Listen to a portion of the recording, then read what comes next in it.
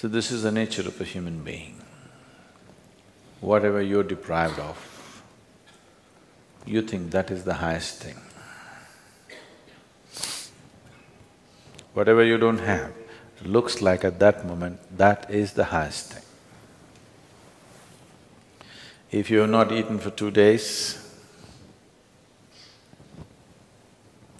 food will be God, yes or no? No? Yes.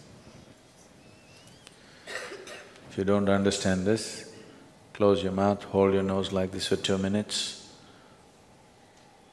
Will you ask for air or God? Air.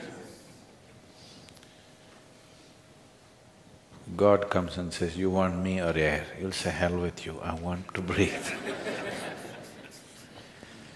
Because whatever at that moment you're deprived of, that takes on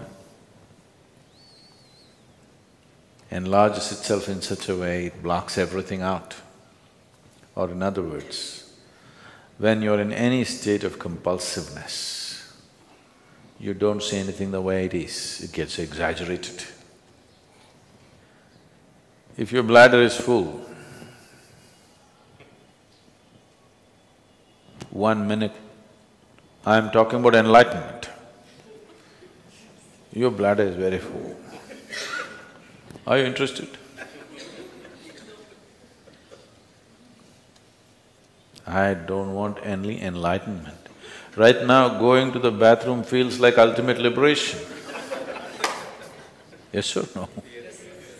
So just about anything, when you're in a state of compulsiveness, you don't see anything the way it is.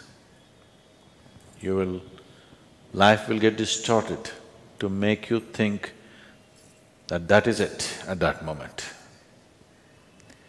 So like this, human life passes from one compulsive state to another, never allowing yourself that little bit of space where you could see things the way they are. If you do not even see life the way it is, can you handle it the way it needs to be handled? It doesn't arise, isn't it? If you don't see things the way they are, you can never handle it the way it needs to be handled. Because of this, in many ways, individual human lives and whole societies have become distorted humanity. When I say distorted, it's normal, I mean normal.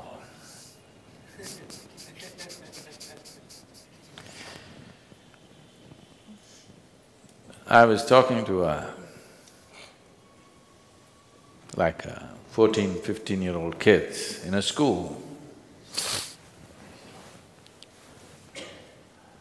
and I couldn't believe that I was talking to about 11, 12 of them,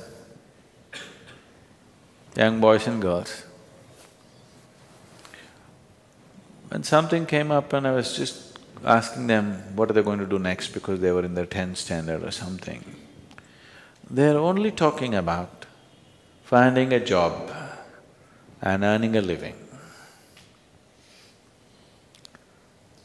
I couldn't believe this because my whole life I never thought of earning a living. My dear father used to break his head. This boy has no fear in his heart, what will happen to him, what will happen to him? I said, not having fear is a problem. I thought fear is a problem. I never thought not having fear is a problem.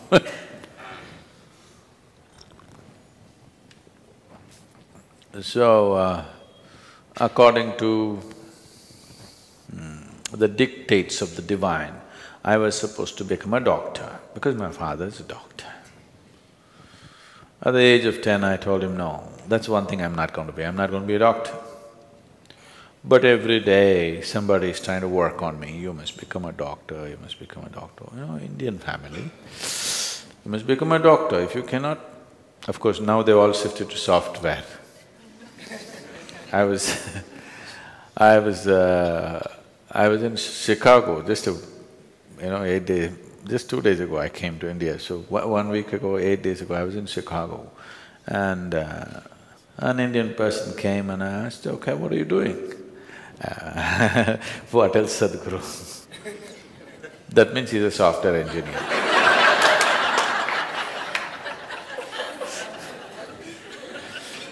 There was a time if you said what else, you were a doctor. Now if you say what else, it means you're a software engineer. It is not because they're phenomenally interested in human physiology they became doctors, not because they have an electronic this thing they became a software engineer, just to earn a living. Is it not important? I'm not saying it's not important, all I'm saying is, even an ant, which is 1/1,000,000th of your brain, is capable of earning a living. What's your problem with such a big brain? Why I'm saying this is, this idea, this horribly limiting idea has been imposed into our youth that you must earn a living and that's the biggest thing. With this big brain, earning a living is actually a problem on this planet. I know everybody's been conditioned to believe that. It is not so, I'm telling you. It is not so. Earning a living is a petty thing for human consciousness, but unfortunately, whole humanity is investing all its energies and intelligence in just earning a living. If this one thing does not change in the world, that… I'm not saying one should not, all I'm saying is, it need not occupy the entirety of human consciousness to earn a living. If you put one little finger to work, it'll earn a living. It's capable, this is capable of that.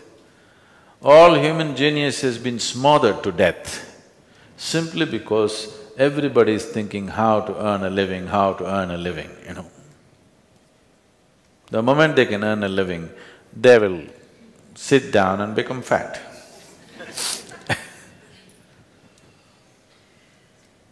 You must be saying, what can I do with this life, isn't it? Yes? You must be saying, what is the greatest thing I can do with this life? Because one day you'll fall dead, do you know? Do you know you'll fall dead one day?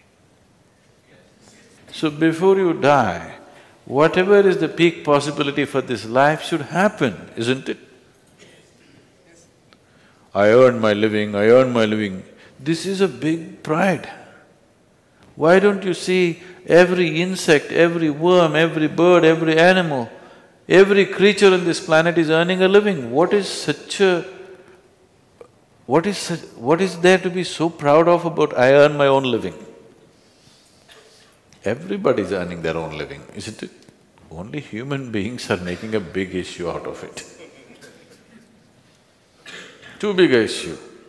When I look at it, how human intelligence has been sacrificed at the altar of earning a living is unbelievable. How many things human beings could have done, how many incredible things they could have done, but instead of that, they're earning a living.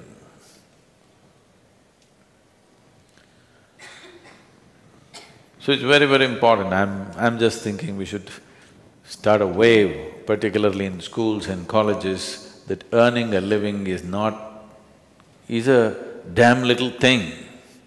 It is not the prime of your life. With one little finger you can earn a living. With this big brain, when an ant can earn its living, this big brain, should it struggle to earn a living? That has become a problem because you want to be like somebody else, isn't it?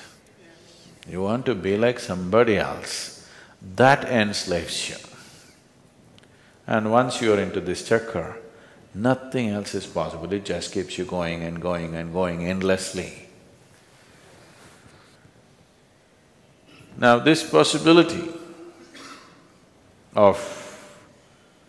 This simple thing called yoga is not about twisting your body, it's not about getting fit, it's not about getting healthy. All these things nature will do for you, if only if you live in tune with it. This is about understanding the geometry of the cosmos through the geometry of your own system. I'm calling this a geometry because cosmos is a geometry, isn't it? Planet Earth is going around the sun. What is it? A diesel powered? You think a big diesel engine is pushing it? If it was, the roar of that engine would have killed us. Just the perfection of geometry, it just keeps going and going and going, isn't it? You've seen those perpetual machines? Have you seen those little ones? If you just do it like this, for years on end it's going. So this is just that, it's a perfection of geometry which keeps it going and going and going. The whole universe is geometrically perfect, that's why it stays there, otherwise it wouldn't. And if you learn to hold your body in a certain way, if the geometry of your body is in alignment with the geometry of the rest of the creation, suddenly you will find there is a rapport which will allow you can download the whole cosmos into this one. This is not a tiny little… If you simply like this, if you live, you're just a piece of flesh and bone. If you just get it right, suddenly this is something else. Probably these days, you don't have this experience anymore because you got all Tata Sky, Dishnet and all that stuff. But if suppose you had a television in your home in 80s when first the Doordarshan came, you are watching your favorite cricket match, suddenly your television was boop, boop, boop. Then you climb up the terrace and there is one aluminum contraption. If you do like this, nothing will come. If you do like this, nothing will come. You just get it to the right place. The world pours into your sitting room. This is just like that. If you learn to just hold it right, the whole cosmos will pour into you.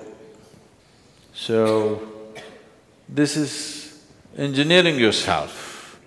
It does not mean engineering yourself to breathe little better, to be little more healthy, no. This is about realizing the full potential of what it means to be human.